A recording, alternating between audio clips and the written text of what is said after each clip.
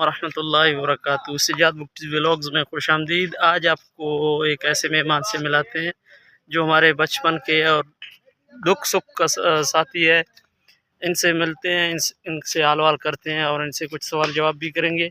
یہ حافظ آفتاب صاحب ہیں، ماشاءاللہ نابینا ہیں، لیکن ان کے دل کے آنکھ سے یہ ہر بندے کو پہچان اور دیکھ سکتے ہیں۔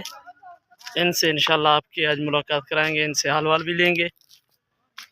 حافظ صاحب، میرا آپ سے پہلا سوال یہ ہے کہ آپ نے محنت کیسے کیا، آپ نے حفظ کیسے مکمل کیا؟ لوگ کہتے ہیں ہم حفظ نہیں کر سکتے ہیں، آپ تو ماشاءاللہ نابینا ہیں، لیکن آپ نے مکمل قرآن مجید 30 پارے کیسے یاد کیا؟ اور دوسری بات یہ ہے کہ ماشاءاللہ آپ ابھی کلاس بھی سنبھالے ہوئے ہیں، حفظ کی کلاس کیسے لیتے ہیں، ناظرہ کی کلاس کیسے پڑھاتے ہیں، ذرا مکمل تفصیل سے بتائیں۔ ماشاء اللہ، تبارک اللہ۔ حافظ صاحب اللہ تعالیٰ آپ کو خوش رکھے۔ حافظ سجاد بھائی، آپ دیکھیں کہ ہمارے ایک بچپن کے ایک عظیم دوست ہیں اور محسن بھی ہیں۔ اللہ تعالیٰ آپ کو خوش رکھے۔ سب مسئلہ یہ ہے کہ میں نے بڑی مشقتوں سے حفظ قرآن مکمل کی۔ بچپن میں پڑھتا تھا لیکن کوئی شوق خاص نہیں تھا۔ بعد میں پین والے قرآن سے میں نے جب حفظ کرنا شروع کیا تو اس سے مجھے کوئی 6-7 ماہ کا عرصہ لگا بما تجوید کے میں نے مکمل کیا۔ خاص کسی کی تعاون بھی نہیں تھا، پڑھانے کے لحاظ سے کوئی اتنا معاون بھی نہیں تھا، تو اللہ تعالیٰ نے کرا دیا۔ اب دیکھیں آپ صاحب، پڑھنے سے زیادہ پڑھانے کا غم کہیں زیادہ ہے۔ بس اللہ تعالیٰ کے فضل و کرم سے ایک کلاس ہے، اللہ تعالیٰ چلا رہے ہیں۔ بس کوئی 10-15 طالب علم آتے ہیں، اللہ تعالیٰ ان کو مجھ ناچیز کے ذریعے سے قرآن کی دولت دے رہے ہیں۔ یقیناً یہ میرے لیے بھی بڑی سعادت ہے اور آپ کے ناظرین کے لیے بھی۔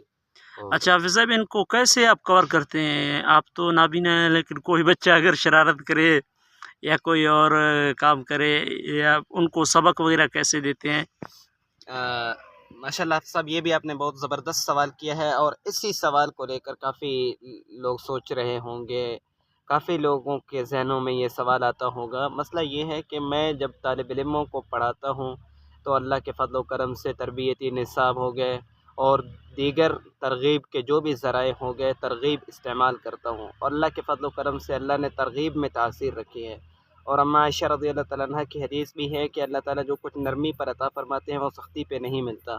تو اللہ کے فضل و کرم سے ایک کلاس زبردست چل رہا ہے، اور پھر تجسس کا نظام بھی ہے کہ ایک طالب علم کو مقرر کیا ہوا ہے، وہ جاسوسی کر کے بتا دیتے ہیں۔ تو اسی لحاظ سے ایک کلاس زبردست چلتا ہے۔ ہر جمعرات کا ایک پروگرام بھی ہوتا ہے، اس میں طلباء تقریریں وغیرہ بھی کرتے ہیں۔ اچھا، ماشاءاللہ، زبردست۔ تو بس اللہ تعالیٰ آپ کو خوش رکھے۔ آپ کے دیکھنے والوں سے میں یہی گزارش اچھا حافظ صاحب، میرا آخری سوال یہ ہے کہ آپ آگے امت کو کیا پیغام دیں گے، کیا میسیج دیں گے کہ آج کل یہ اس پرفتن دور میں، اور اللہ معاف کرے، آپ دیکھ رہے ہیں آج کل جو ابھی حالات ہو گئے تھے، ابھی گزشتہ ہی 4-5 دنوں میں ایک لاہور میں ایک واقعہ ہو گیا تھا، ایک بچی کو ساتھ زنا کیا گیا۔ تو اس دور میں بچیوں کو پڑھانا چاہیے مدرسوں میں یا کالج یونیورسٹی میں، یا ان کا تعلیمی نظام الگ ہونا چاہیے؟ اور بچوں کو کیا تعلیم دینا چاہیے، نوجوان طبقے کو ان کا کیا ترتیب ہے، کیا صورتحال ہے؟ سب سے پہلے آپ صاحب دیکھیں، میری آپ سے گزارش یہ ہے کہ میں پوری امت کو ایک ہی پیغام آپ کے توسط سے دینا چاہ رہا ہوں کہ ایک آنکھ میری دوران علاج ضائع ہو کر کے نکل گئی ہے۔ اچھا، تو میں نے ان حالات میں اگر قرآن کریم کو حفظ کیا، قرآن کریم ہم لوگوں کے لیے کافی بھی ہے اور نصیحت کی کتاب بھی ہے اور انقلابی کتاب بھی ہے، اور قرآن کریم ہی کی بدولت ساری بلندیاں ملتی ہیں۔ تو ہم اور آپ پوری امت مسلمہ کے لیے قرآن کریم ہدایت کا سرچشمہ بھی ہے، تو ہم قرآن کریم کے ساتھ وابستہ ہو جائیں اور دن رات ایک کر کے اللہ تعالیٰ کے قرآن کو پڑھیں۔ اور اس کے بعد میں بس یہی توقع رکھوں گا، جو آپ نے سوال کیا بچوں اور بچیوں کی تعلیم کے حوالے سے، تو میری بس خواہش یہی ہے کہ ان کے تعلیمی نظام الگ ہونا چاہیے، یونیورسٹی ہوں، کالج بالکل، ہوں۔ جس طرح مولانا معاویہ اعظم صاحب نے اپنا سسٹم سارا نظام الگ کر دیا، بچیوں کی الگ تعلیم، بچوں کی الگ، تو بچیوں کی تعلیم الگ ہو، کیونکہ مدرسوں میں یا اسکولوں میں جب بچیاں اکٹھے پڑھتے ہیں تو اس سے مختلف جراثیم معاشرے میں مختلف بگاڑ آ جاتے ہیں۔ تو اسی کی وجہ سے بس یہی گزارش کرنا مقصود ہے کہ بچے اور بچیوں کی تعلیمی نظام الگ ہو۔